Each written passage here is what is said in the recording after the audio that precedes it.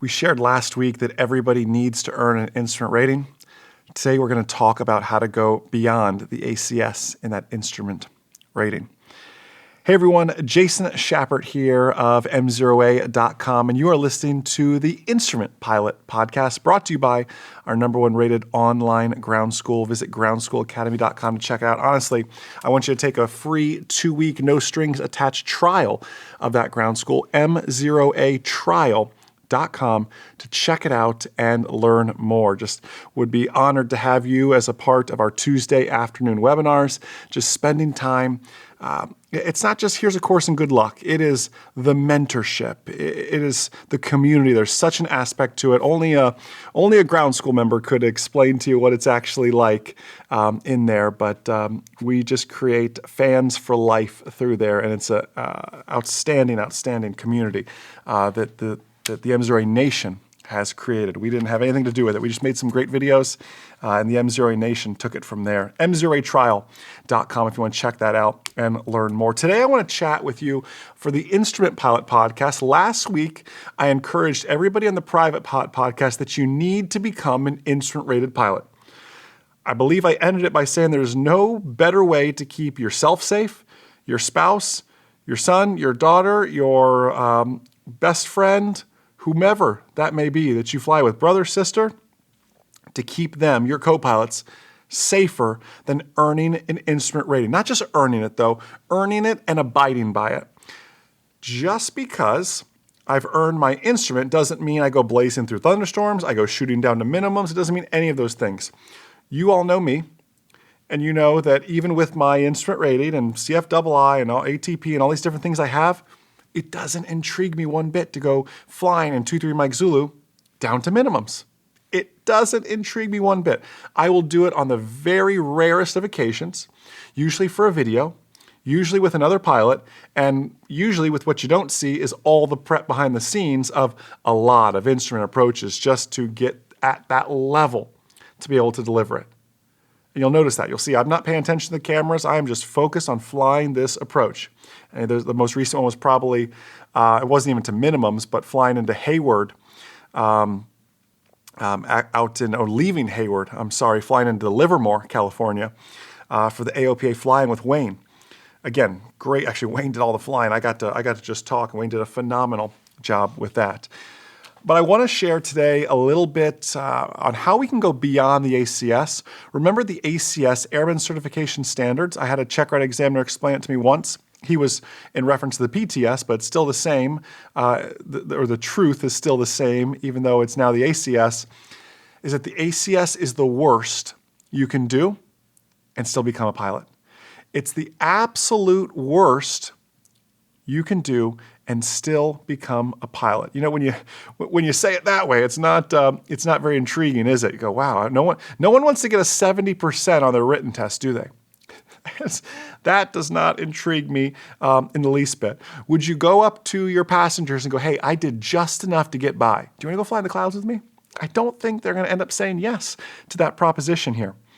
So how do we go beyond the ACS? Well, I'm going to offend or upset a few people to start with this, but if you've been following MzeroA for a while, you know my opinion on this. I am not the biggest fan of accelerated courses. Let me explain before anybody who owns or is alumni of an accelerated course posts a bunch of mean comments. And I read every comment, by the way, good, bad, ugly, and I take each of them.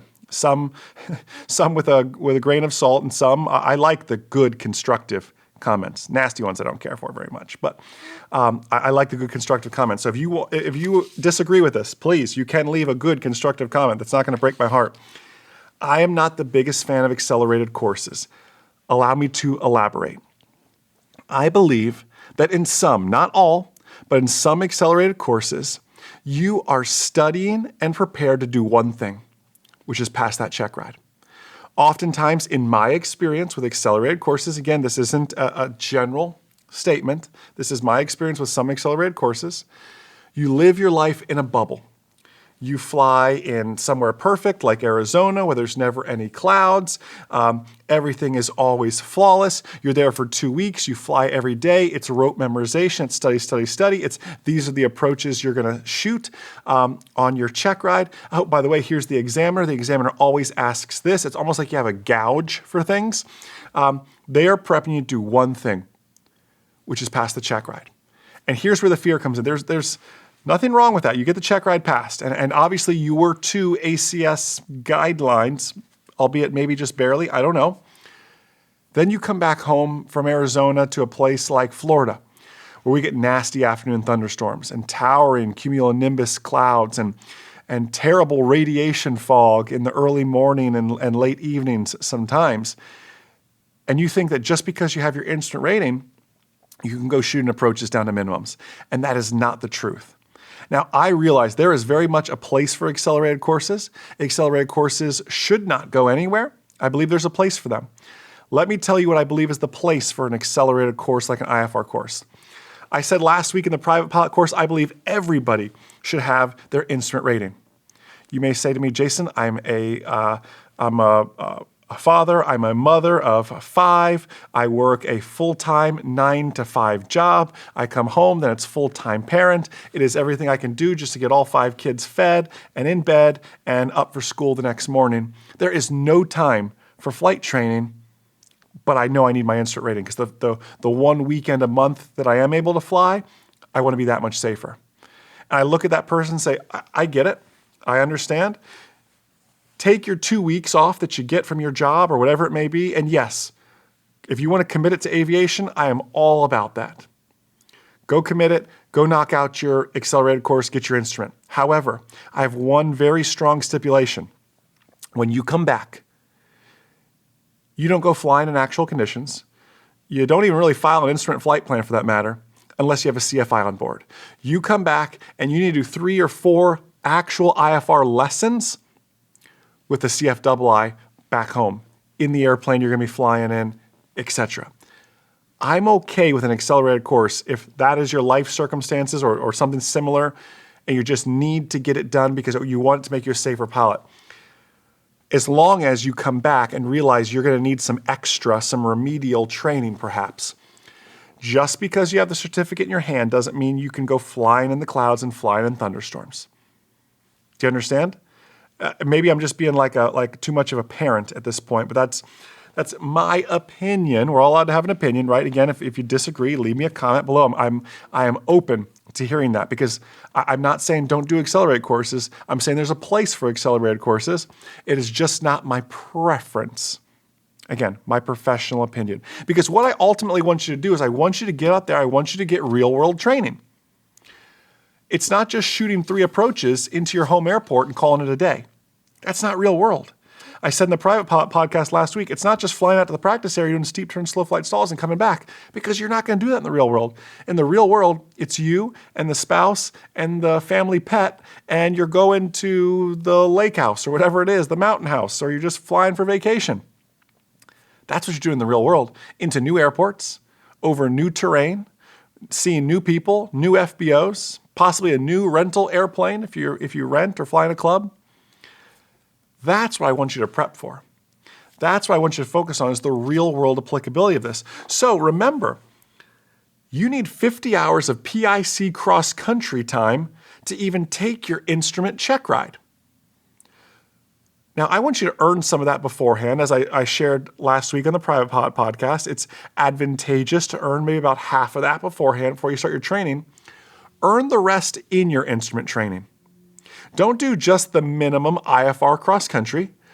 Do everything. I want you to fly real cross countries above and beyond. Where are the destinations you are going to go? Maybe the grandkids live in Tennessee and you live in Florida. It's not a bad little hike up there. Why don't you make the hike up there, make the little day trip up there, have lunch with the grandkids, and you and your CFI head home. It's a whole day. But you know what? Block it with your CFI, compensate them accordingly for their time, and all is good. And you've now tested a real flight that you're going to be making with your family in the future. That's awesome. That's the kind of real world applicability I want you to get out of an instrument rating and in your instrument training here.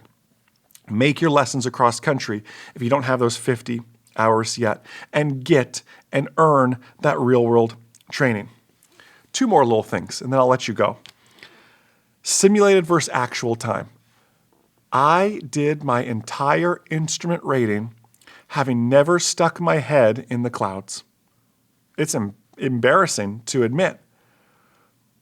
But you know, if you've flown in actual IFR conditions, there is such a difference between being under the hood or under the foggles and actually being in real IFR conditions. It is night and day different. I encourage you with your CFII to earn some actual instrument flight time, because there's bumps and everything else that goes along with flying through a little cumulus layer. Or there's just the immersion of flying through a nice stable stratus layer as well, and seeing that beautiful runway break out in front of you. That is a rewarding feeling. Anybody who's ever done that, you break out around 600 feet and there's the runway, there's the lights. You're like, whoa, this instrument flying stuff is cool. This makes sense now. This is what this is all about. Keeps you energized and excited too. Get some actual time. Don't shy away from days that have actual IFR conditions. Obviously, unless there's icing, thunderstorms. If you cannot, you cannot. But a nice stable stratus day where the freezing level's nice and high, I'm all about a day like that, as long as I can break out well before the minimums, 600-700 feet or so nowadays. Lastly, I want this. In your IFR training, if you really want to take your training beyond the ACS, try to stay in the same airplane. Let me explain. You know from your early instrument lessons, if you've done, or just think back to your private pilot training, how easy it is to fall behind the airplane, isn't it? It's so easy to fall behind the airplane. And when you fall behind the airplane, going through the sky at 90 knots in IFR conditions, it's even harder to catch up. Little things like you could fly from our 172 to our Cessna 150, and one, the tachometer is here, and the other tachometer is here. They fly a little different. They're different tail numbers. You're gonna think I'm losing it now, but listen. Even something as simple as a tail number change is enough to throw you off 2 or 3 seconds. Oh, I was listening for 23 Mike Zulu, but it was 512 Romeo, or it's 512 Mike Zulu, whatever it is. Listening and keying into a different tail number, trying to listen for a new tail number. Was that for me? You ever said that? A new tail number can throw things like that off as well. It would benefit you greatly to fly the same airplane, if you can, through all your instrument training. This is actually, when people say they want to buy an airplane, I say this is one of the best times to buy an airplane. I'm not talking economically, because I don't know when you're watching this. I'm talking about in your flight training. In your flight training, private pilot, rent an airplane as much as you can. Because think about it, you beat the snot out of that airplane, didn't you? You had hard landings, you probably flat spotted tires, you burned out a brake pad, you did all sorts of things that you wouldn't want to do to an airplane that you own, right? You leaned it out too much, you checked the mags, accidentally went to off for a little bit too long, a lot of things you could have done that just slowly erode at that poor airplane. Beat up someone else's airplane. Then for instrument, I would encourage you to think about purchasing an airplane. Because learning in the airplane that you're actually going to fly IFR in, that you're actually going to put the spouse and the kids in, that's advantageous. Because you're learning on the platform you're going to actually get out there and perform in. And that is important to me. So again, always strive to go beyond the ACS. The ACS is just the minimum. It's the worst you can do and still become an instrument-rated pilot. And in instrument flying, and just in aviation in general, nobody wants to do just enough to get by. Trust me. I hope you're really enjoying this. Don't hesitate to go back, listen to the Private Pilot podcast, listen ahead to the commercial or the CFI podcast as well. We produce all 4 of these podcasts, one each week for you all, to fulfill that mission of making you a safer, smarter pilot. So if there's anything at all we can do this week to help fulfill that mission of making you that safer, smarter pilot, please, please, please don't hesitate to reach out. Enjoy the rest of your day, and most importantly, remember that a good pilot is always learning. Have a great day, guys. We'll see ya. Take a 2-week free trial of our online ground school and see why Aviation Consumer Magazine named it the top online ground school on the market. The first thing you'll notice is that we never teach to the test. We teach real-world skills that are going to keep you and your loved ones safe when you fly.